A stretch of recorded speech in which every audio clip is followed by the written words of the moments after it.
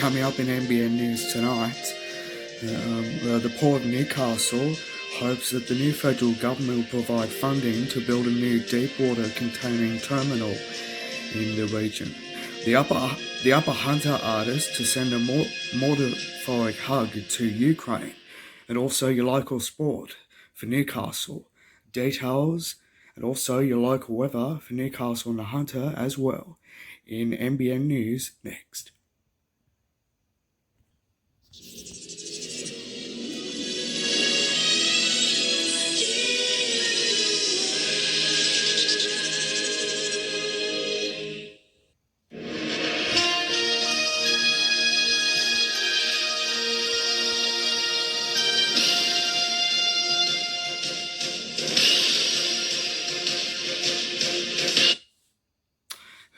Good evening, my name's Conklin McLeod with NBN's Tuesday Night News. Tonight, the Port of Newcastle was hoping to hold out its new federal government to provide funding to build a new deep water containing terminal.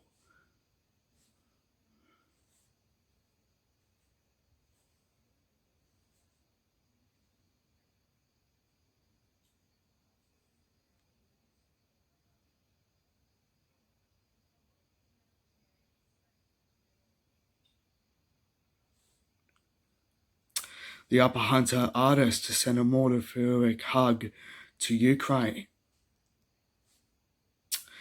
And we'll have your local news, and we'll have your local sport and weather for Newcastle and the Hunter.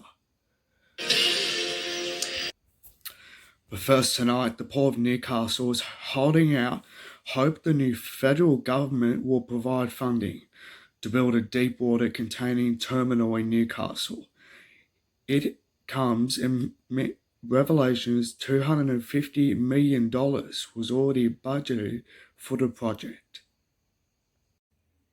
From coal to containers, the Port of Newcastle has a bold plan to diversify.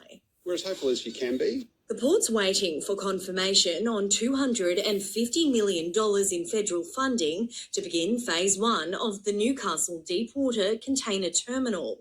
It claims that was costed in the Morrison government's April budget. The 250 is there from the budget. It wasn't an election promise, it was a commitment. So the 250 will help us do the early works and the establishment of what will ultimately be the container terminal that this city's been waiting for 23 years. Now, with a change of government, the port's yet to hear whether that will be honoured by Labor. There will be strong local support. It's been a top priority. At this point, there is no verification of any money being committed to it, so let's wait and see what an incoming brief looks like. In the background, the consumer watchdog is challenging an anti-competition deed that it argues hinders the container terminal. For now, the port is determined to carry on. We've got 2 mobile harbour cranes coming in June. We'll start handling containers, basically to prove to the New South Wales government that there is a business up here that can be viable for our region. Questions also surround a $10 billion nuclear-powered submarine base to be built on the East Coast. In March, the former Defence Minister earmarked Newcastle as one of 3 preferred locations. A Defence Department spokesperson has told NBN News feasibility studies are underway, with a decision on the base's location likely to be made late next year. Claudia Radoljak, NBN News.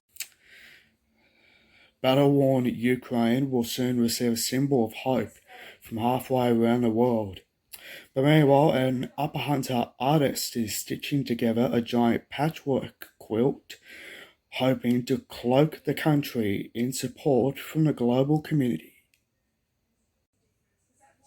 Jana McLaughlin is on a mission to inject some colour into a country faced with a bleak reality. It's a metaphoric hug, if you like, for the people of Ukraine. The Scone artist has teamed up with the Country Women's Association, stitching together a giant art installation destined for the war zone. My dream is to hang it over apartment buildings in Ukraine that have been bombed out, over train stations. Featuring hundreds of sunflowers, which are Ukraine's national flower. The quilt will be made up from donated patches sent in from the Hunter and beyond. From the United States, from New Zealand, from England, from all over Australia. The local response has been really good. The preschool, the churches, CWA members. The women say the response has blown them away. Some patches on their way from flood-ravaged Lismore, others from Ukraine itself. To think that these little kids in their villages are making patches and sending them to us, I think it just makes you feel like you're part of something that's much bigger. Jana's received around 600 squares already, but she's hoping to send 15 times that amount to Ukraine, a message of support from half a world away. We're trying to go for 9,000. The team are hoping to send the quilt off by August, arriving in time for Ukraine's Independence Day. People can get involved at janoart.com. Hannah Taylor, NBN News. We'll have the highlights in Newcastle sport after the break as the Knights NSWRL women's side defeat the Saints with a huge victory.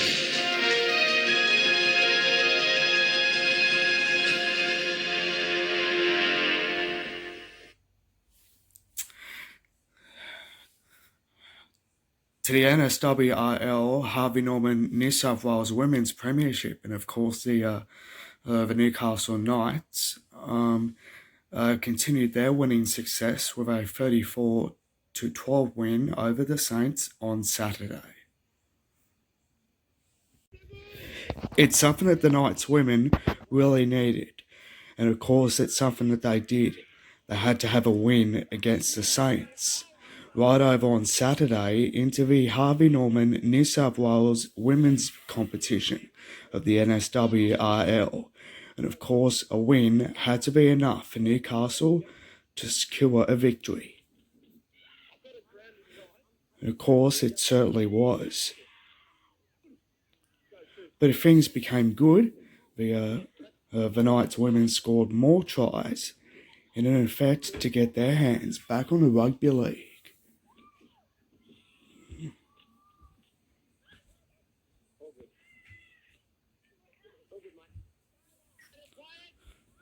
But also, the tries kept on coming, and also coming.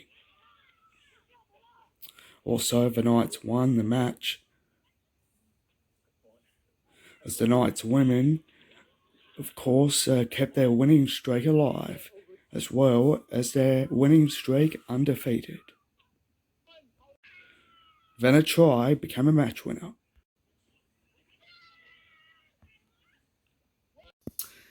To ice hockey, and the Newcastle North Stars will meet the Brisbane Lightning right up at home at the Hunter Ice Skating Stadium on Sunday, June 5.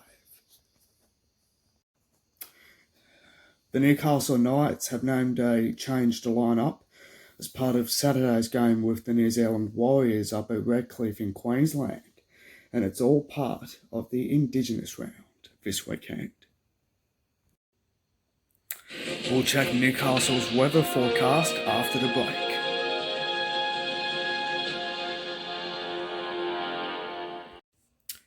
To the weather now, and it was really wet right across Newcastle as well as the rest of the Hunter, and also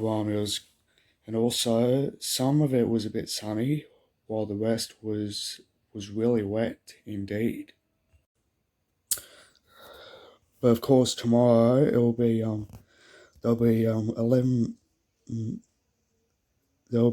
minimum of 11 meters as well as a maximum of 20 meters. There's a shower or two in the Newcastle area, partly cloudy, 60% of medium chance of showers, most likely in the morning and afternoon with lightly winds. There's a 7-day town forecast for Newcastle, which has 11 to 20 degrees, while Toronto has 9 to 20 and Wallsend has 10 to 20. And of course, finally, up to the lower and upper Hunter forecast. It's the same by tomorrow. Of course, there's 70% of high chance of showers along the coastal fringe. It will be partly cloudy. There's a 30% chance of slight chance elsewhere. There are light winds with overnight temperatures falling to between 8 and 11 with daytime temperatures reaching between 16 and 19. And of course, the sun's protection is at 10:40 a.m. to 1:10 p.m. while the UV index is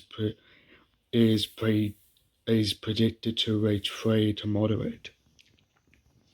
Now to the 7-day forecast. And of course, Newcastle has 11 to 20, Maitland has 10 to 20, Singleton has 12 to 19, while Gosford has 10 to 19, and Scone has 9 to 18.